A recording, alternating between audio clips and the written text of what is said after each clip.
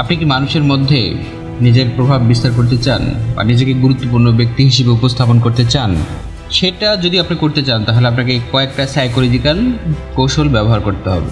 এই সাইকোলজিক্যাল কৌশলগুলো মানুষকে অন্যের মধ্যে সবসময় আলাদা করে চিহ্নিত করে, আলাদা করে তাকে হাইলাইট করে। এর মধ্যে প্রথমটা হচ্ছে আপনি মানুষের নাম ধরে ডাকুন।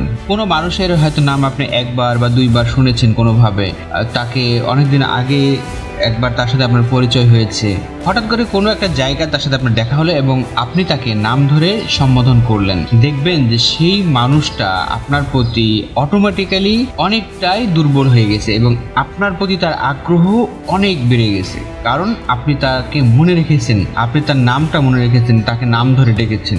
নাম ধরে সম্বোধন করার বিশাল একটি ক্ষমতা রয়েছে যদি আপনি সেটা বুঝতে পারেন। তাই আমাদের উচিত কোনো ব্যক্তির সাথে প্রথম পরিচয় হওয়ার পরে বা হালকা পরিচয় হওয়ার পরে তার নামটা যথাসম্ভব মনে রাখার চেষ্টা করা এবং পরবর্তীতে কথাবার্তায় বা আলাপ আলোচনায় তার নাম ব্যবহার করে তার সঙ্গে কথা বলা।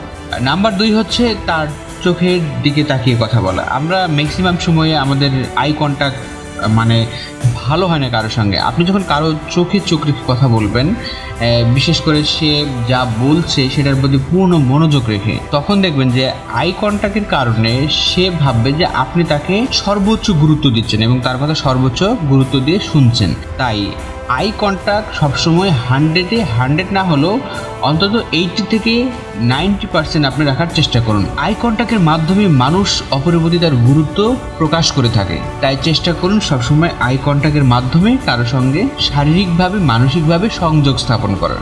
এটা যদি আপনি করতে পারেন তাহলে দেখবেন যে মানুষের সাথে আপনার যে কোনো আড্ডা, যে কোনো আলাপ আলোচনা প্রচণ্ড জমে উঠেছে এবং সেটাই আপনাকে অপরের মধ্যে আলাদা করে চিহ্নিত করবে এবং সেটাই আপনাকে অন্যদের থেকে আলাদা করে তুলবে সব জায়গায়। এরপর নাম্বার 3 আছে কথা পূর্ণ মনোযোগ দিয়ে শোনা। আপনি আই কন্ট্যাক্ট যখন স্থাপন করবেন তখন আপনাকে সেইটার জন্য অবশ্যই তার কথাও মনোযোগ দিয়ে শুনতে হবে। মাঝে মাঝে তার কথার সাথে আপনি হ্যাঁ বা না বা তার কথার একটু হালকা সারমর্ম আপনি নিজেও আবার উপস্থাপন করা, এই ধরনের বিষয়গুলো আপনাকে অনেক বেশি কাজে দেবে।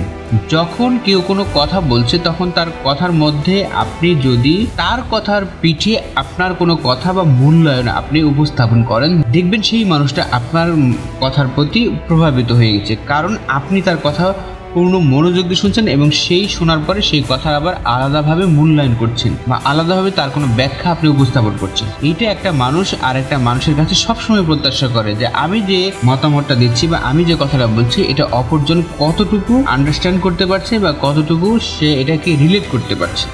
তাই অপরের কথা পূর্ণ মনোযোগ দিয়ে শুনুন। নাম্বার 4, অন্যের দৃষ্টিভঙ্গি ও মতামত বোঝার চেষ্টা করুন। কারোর সঙ্গে কোনো আলাপ আলোচনা করার শুরুতেই আপনি তার মতামত বা দৃষ্টিভঙ্গি জানার চেষ্টা করুন। তাহলে তার কথার প্রতি রেসপেক্ট রাখা আপনার জন্য যেমন সহজ হবে, ঠিক তেমনই তার কথার ভিত্তিতে আপনি সেই দৃষ্টিভঙ্গির আলোকে নিজের মতামতও জানাতে পারবেন বা অন্যের মতামতের প্রতি সম্মান রেখে আপনি যখন কোনো কথা বলবেন তখন দেখবেন সেই মানুষটি আপনার মতামতের প্রতি অনেক শ্রদ্ধাশীল হয়ে উঠেছে। এইভাবেই আপনি অন্যদের উপর আপনার প্রভাব বিস্তার করতে পারবেন। এবং সর্বশেষ ও নাম্বার 5 হচ্ছে ধৈর্য এবং সহনশীল হন। যে কোনো মানুষের সঙ্গে আপনার মতামত সম্পূর্ণ মিলে যাবে এটা কখনোই হবার নয়। বেশিরভাগ ক্ষেত্রে অন্যের মতামত আপনার সাথে নাও মিলতে পারে, তাই সেই ক্ষেত্রে ধৈর্য ও সহনশীল হন।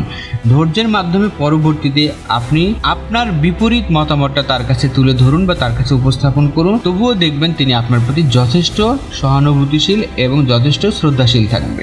এই 5টি সাইকোলজিক্যাল কৌশল প্রয়োগের মাধ্যমে আপনি আপনার ব্যক্তিত্ব অন্যের মাঝে আলাদা করে উপস্থাপন করতে পারবেন বা আপনাকে মানুষ আলাদাভাবে তখন চিনবে। আপনি হয়ে উঠবেন এমন একজন ব্যক্তিত্ব যাকে সবাই সব জায়গায় প্রত্যাশা করবে এবং যে কোনো কাজে যে কোনো মতামতে আপনাকেই তারা গুরুত্ব দিতে বা বেছে নিতে বাধ্য হবে। তাই আজ থেকে এই 5টি সাইকোলজিক্যাল কৌশল প্রয়োগ করুন অপরের প্রতি এবং তার মাধ্যমে হয়ে উঠুন আপনি একজন অনন্য ব্যক্তিত্ব। ধন্যবাদ সবাইকে।